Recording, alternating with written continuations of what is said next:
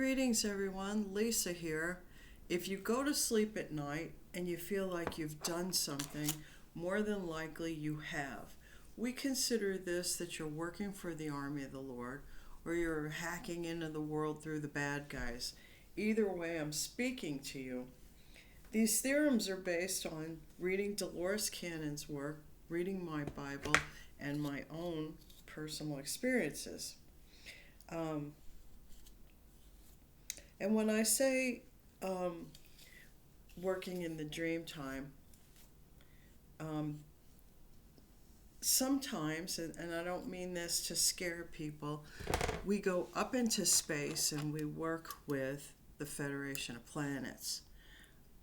If you believe in that thing, this channel is specifically for people who know they work in the dream time. And there comes a point in your lifetime, in your dream time analysis, when you wake up, that you realize, oh, I did something last night. Sometimes it might feel like you've been fighting in battles, and you do.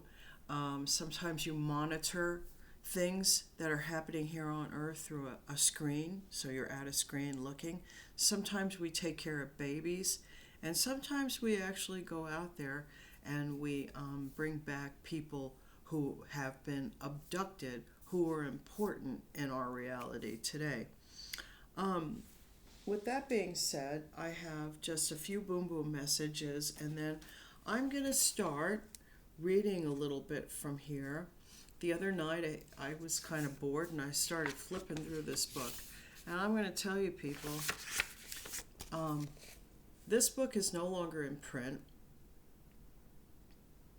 I don't know if I'll go through the whole entirety of the book, but I'm going to give you some good pieces. So I'm going to give you the first few pages.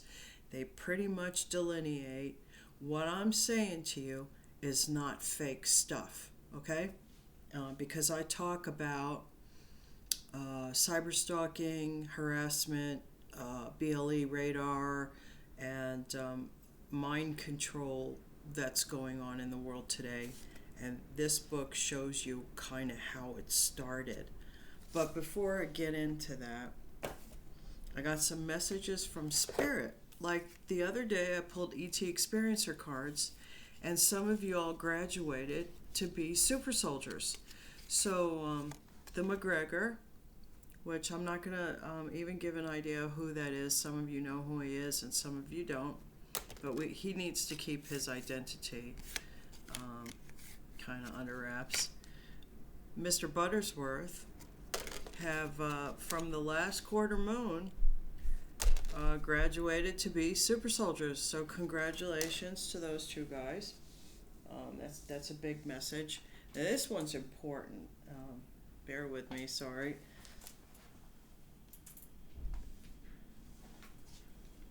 This message has come out 2 days in a row. I didn't understand it the first day, but I got more information. A woman named April. Now, I don't know, do women become warlocks? Can women be warlocks? Or she's working with a warlock to do scripting on a divine couple that they have no cups for each other. And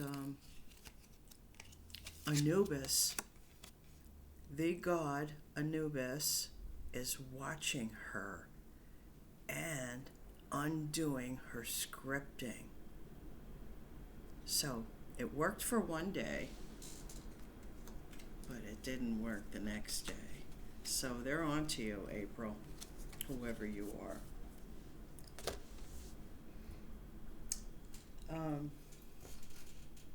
Some people have been given crown downloads to transmute energy dealing with that bear. And I'm pretty sure this means the bear that Ethel's fighting. Our friend Ethel Kennedy. Is that what this is about? Some of you have been given crown downloads, and I showed what those downloads look like. I'll show it again, because I actually have something else to say about it. So sometimes they come down in a light and it looks like symbols, and sometimes they look like stone tablets. Now, when you see the stone tablet things, like the stone tablets will sometimes go like this. So you'll see one tablet, then another one will come down. Or sometimes they come from the side and they turn around, and it's like reading a book of stone tablets. So that's how sometimes the downloads come in.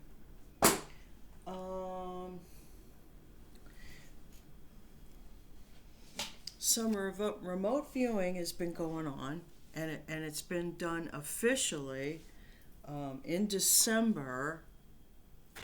Sergeant Michael of the Silver Shoes, and that's he was abducted, and Victor went and got him back. So he saw something.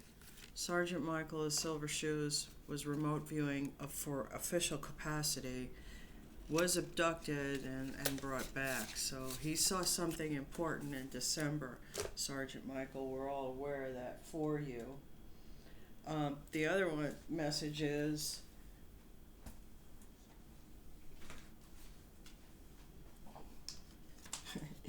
this coming September and October. This is such a vague message, but maybe it means something to one of you out there. In September and October of this coming year, something's going to happen in the East. I don't know if this is a prophetic message. Just take it as you resonate with it. It's there, I'm saying it, so I'm letting you know. Okay, now let's go to this book. So this book is called Angels Don't Play This HAARP, Advances in Tesla Technology by Dr. Nick Begich and Jean-Ann Manning. And it's Earth Pulse Press, Anchorage, Alaska, is where this is.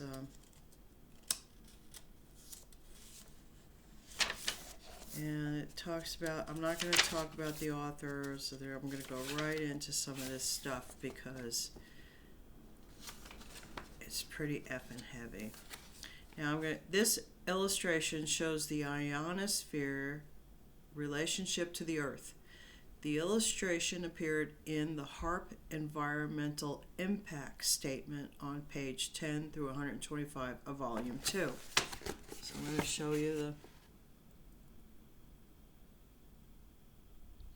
I'm going to hold the page up in case any of you are interested in, see if I can make it look good. Downloading, or I'm sorry if the imagery is not really good.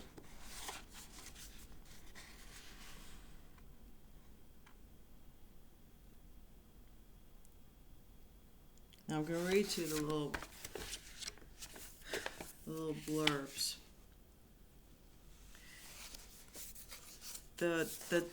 This part reads, messing with Mother Earth and her kids electromagnetically, a brief history of events and discovery. In 1886-8, Nikola Tesla invents system of alternating current AC power source and transmission system, a 60 pulse per second hertz AC power grids spread over the land. Mom Earth will eventually dance to a different beat than her usual 7.8 hertz frequency. 1900, Tesla applies for patent on a device to transmit electrical energy through the natural mediums. 1905, U.S. patent number 787412 issued for above. 1924, confirmation that radio waves bounce off the ionosphere, electrically charged layer starting at altitude of 50 kilometers. 1938, scientists proposed to light up night sky by electron gyrotron heating from a powerful transmitter. 1940, Tesla announces death ray invention. 1945, atomic bomb tests begin. 40,000 electromagnetic pulses to follow. 1952, W.O. Schumann identifies 7.83 Hz resonant frequency of the Earth. 1958, Van Allen radiation belts discovered. Zones of charged particles trapped in Earth's magnetic field, 2,000 plus miles up, violently disrupted in the same year. 1958, Project Argus. U.S. Navy explodes 3 nuclear bombs in the Van Allen belt. 1958, White House advisor on weather modifications says Defense Department studying ways to manipulate charges of Earth and sky and so to affect the weather. 1960, series of weather disasters began. 1961, copper needles dumped into the ionosphere as telecommunication shield. Now, what I wonder on that, I have to wonder, what were we shielding from? In 1961, what were we shielding from? Okay, 1961 again, scientists propose artificial ion cloud experiments. In 1960s, the dumping of chemicals, barium powder, from satellite rockets began. 1961, 1962. Here, I'm going to hold up this page. I don't know if you will be able to see this well.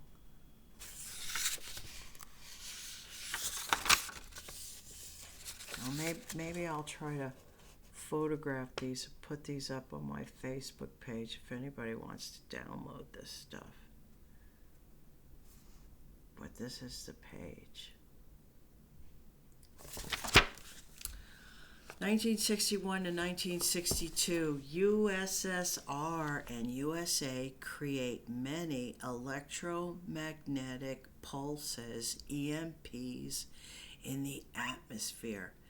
300 megatons of nuclear devices deplete the ozone layer of about 4.5%.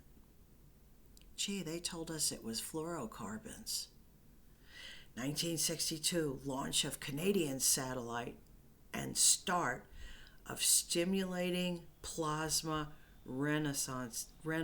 resonances by antennas within space plasma.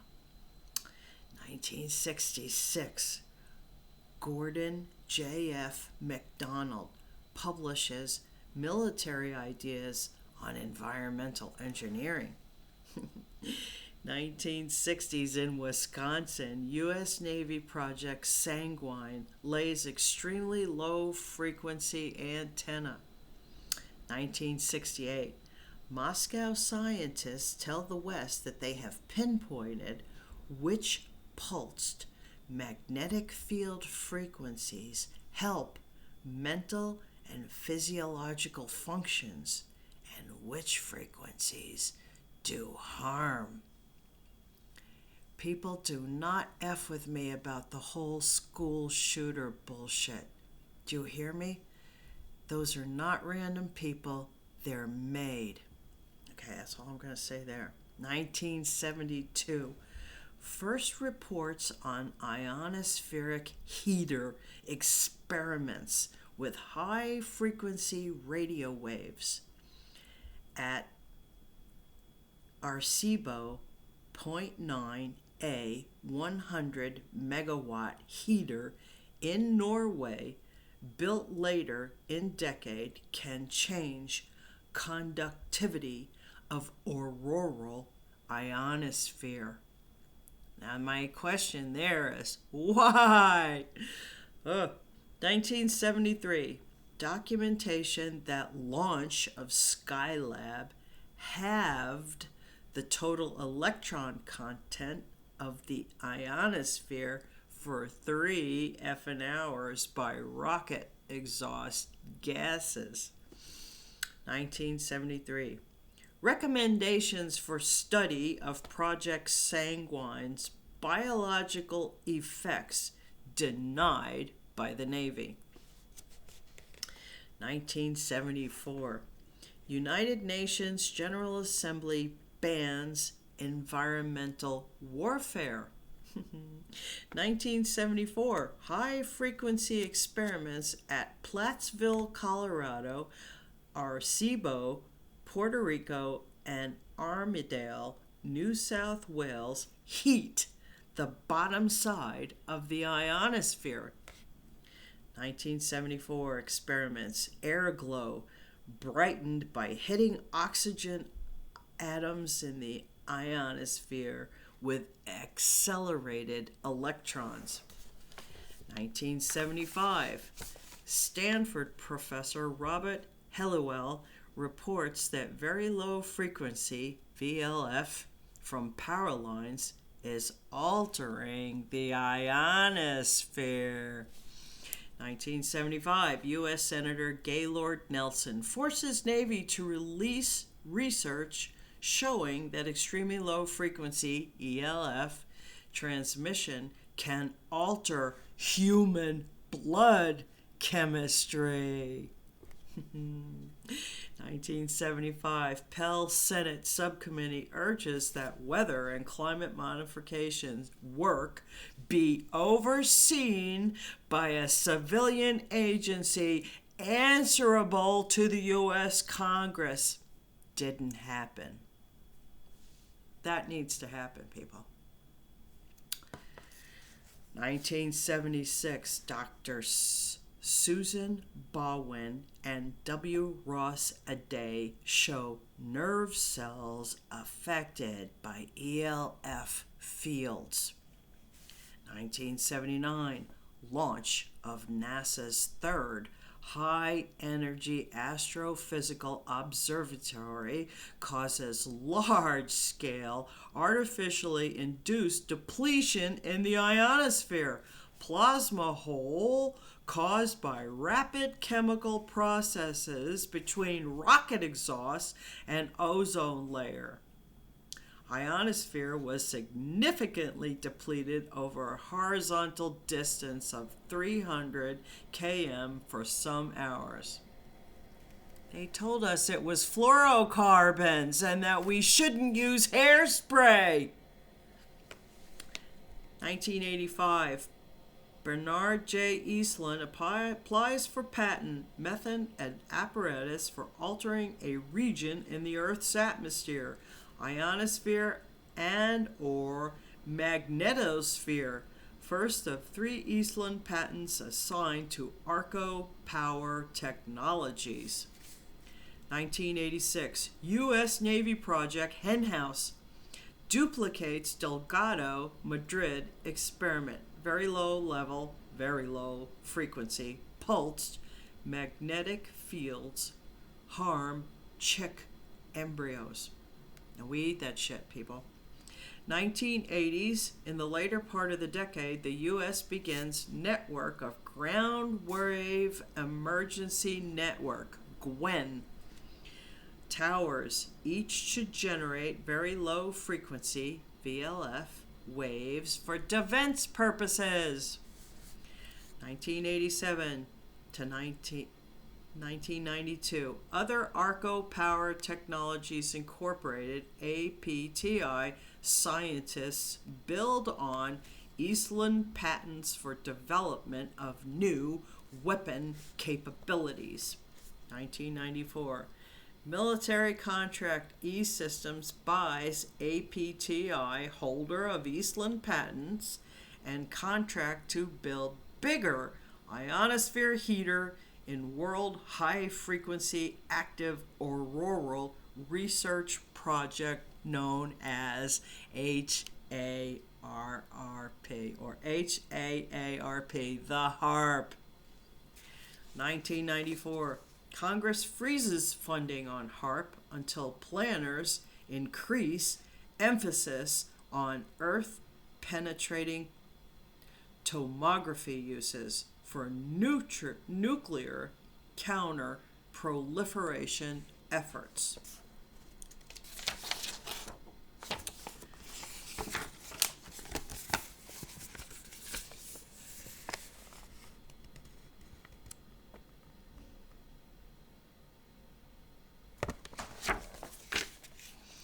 (1995) Raytheon buys E-Systems and all APTI patents.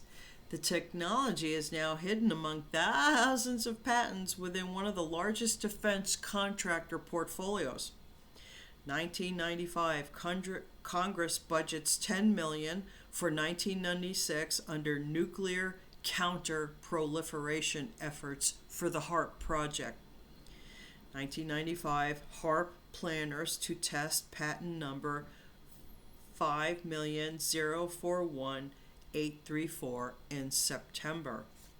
1994 through 1996, testing of first-stage HAARP equipment continues, although funding was frozen.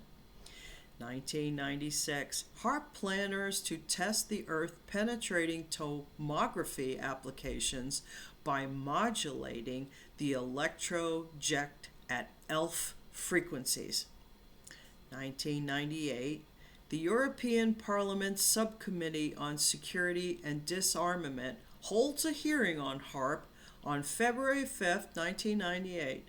Co-author Begich presents on HAARP and new weapons technologies. 2001, projected date for fully operating HAARP systems. And then the foreword begins on this book. And that's an outline of what this book is about. I will start reading and giving you what I think are the sweet spots of the book, but I thought I'd give you the basic rundown. So don't be telling me here, don't ever argue with me about the fact that I don't know what I'm talking about, or that I'm thinking backwards stuff. Our technology, there's a man who's not from America, by the way, and I got this in the mail today, and I wanted to share this. Only citizens should be allowed to vote, and I have to agree with that. If you're born in America, you should vote here. If you're not born in America, I don't think you should have a right to vote. Sorry, that's the way I feel. And I think people need to help and pray for Donald Trump, because these people with this immoral Democratic background stuff, just bullshit, just fucking words. All they spew is fucking lies and words. They told us we shouldn't use fluorocarbons in cans, but they were blowing up atomic bombs in our ionosphere. Why? Why, people? Why do we accept this bullshit? I'm sorry, but there's a man whose name reminds with Martin Brusque, who's not from fucking America, and he should have no fucking right to just fuck with people. CCTV cameras doing drugs. You fucking Dungeon and Dragon hypocrite bullshit artist. I'm sick of it. I've been affected by that, man, and it's going to come out in court. And someday you people are going to go, oh God, she really was right. Your minds are being messed with because of Barack Obama and this HAARP bullshit. You have no idea. And so God is working from the inside fucking out. And I'm going to teach humanity that everything that grows on this planet is technology, and we can use it to destroy what they're doing to our planet.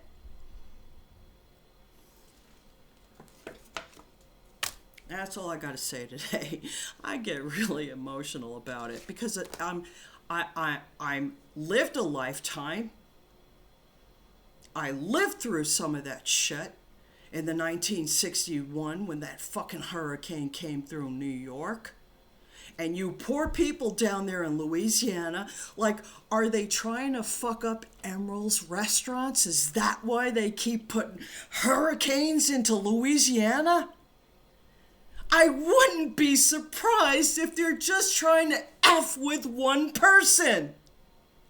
Because that's how small-minded these ignorant fucking people in these ignorant fucking corporations that have a bullshit up their ass to just fuck planet Earth. And I'm sorry, Mr. Brusk, your rocket ships, you are never leaving planet Earth. I know that for a fact. That guy needs to be deported. He needs to be out of our scientific community in America. He needs to be put back to North Africa and chained there. And I personally think his private parts should be removed. And I'm leaving that on this channel. That guy's a 5D rapist. Maybe I shouldn't read this book out in public. It heats me up. Anyway, that's all I got to say today, people. I hope these messages have helped you. The court case is just freaking out. The women have been, spewing their stupidity. I can't wait for it to become public so I could be one of the effing richest women in the world. Anyway, that's my prayer every day, is please let this come out in public. Anyway, peace out, everybody. If you listen to me, thank you so much. This book is going to prove to you that I'm not full of shit and I'm not a backwards thinker. I heard that up there when them stupid biatches saying some sort of bullshit crap. They don't even know what the fuck they're talking about. All they care is about their frickin' vaginas and going shopping for Louis Vuitton. Fuck off. Fuck off, you rich bitches. I'm sick of it, people. I'm sick of it. I'm sick of watching people struggle. I'm sick of these elitist son of a bitches coming in behind me and telling everywhere I fucking work that I'm this, that, and the other thing. And if the FBI, if you fucking acronyms don't work in my behalf, I'm gonna do something. I don't know what, but I'm gonna do something. I had to fill out another IE3 report today. That's the third time. And I'm not backing down. You people do not frighten me. I'm too old for that. Anyway, if you listen to me all the way through, thank you so much. I can't even believe, you don't know how much I appreciate you. Peace out, everybody. Remember, you're amazing. You're effing powerful. You're effing powerful and amazing. Bye now.